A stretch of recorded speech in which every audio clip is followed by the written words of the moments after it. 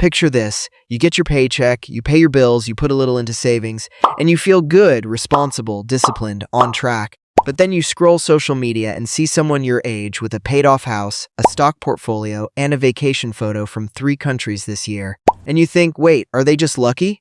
Are they earning some secret income I don't know about? Here's the uncomfortable truth. Most of the time, they're not earning more than you, they're just managing money differently.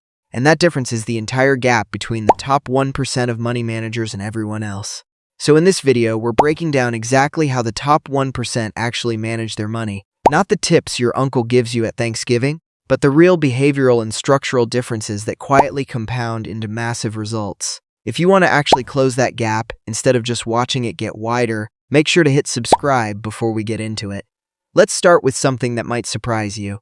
The top 1% don't manage money by earning more. They manage money by deciding faster. Look, most people treat every dollar as a fresh decision. Should I buy this? Should I save this? Should I invest this? That constant decision-making is exhausting, and exhausted people make worse choices. The 1% remove the decision entirely. They build systems once, and then the system runs without them. That's the first real difference, and it's bigger than most people realize. Here's the math behind why this matters.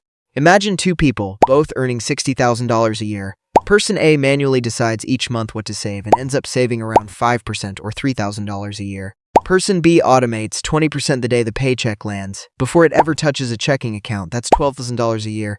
After 20 years at an 8% return, Person A has roughly $137,000.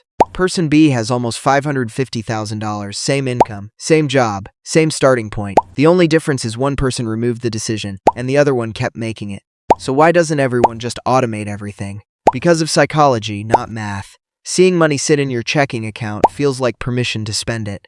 The 1% understand this, so they exploit it in their own favor. They pay themselves first, automatically, before temptation ever gets a vote. Now let's walk through exactly how they structure it.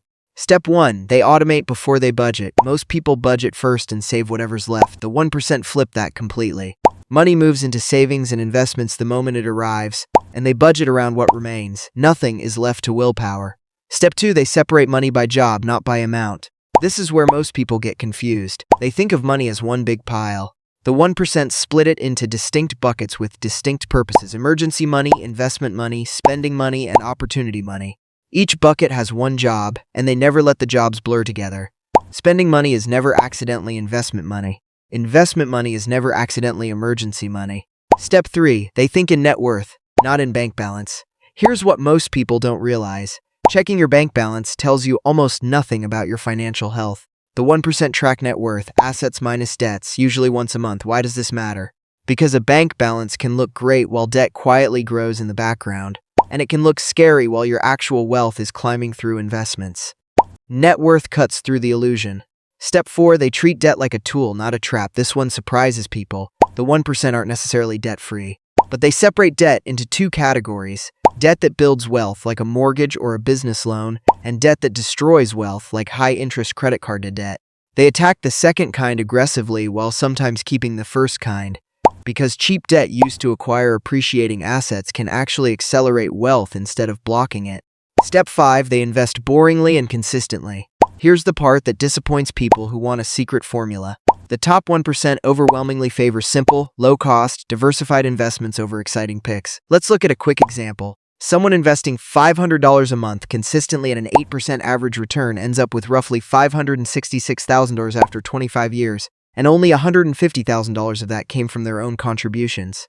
The rest, over $400,000, is pure compounding. No stock-picking genius required, just consistency, protected from panic, and that leads to the psychological core of all of this.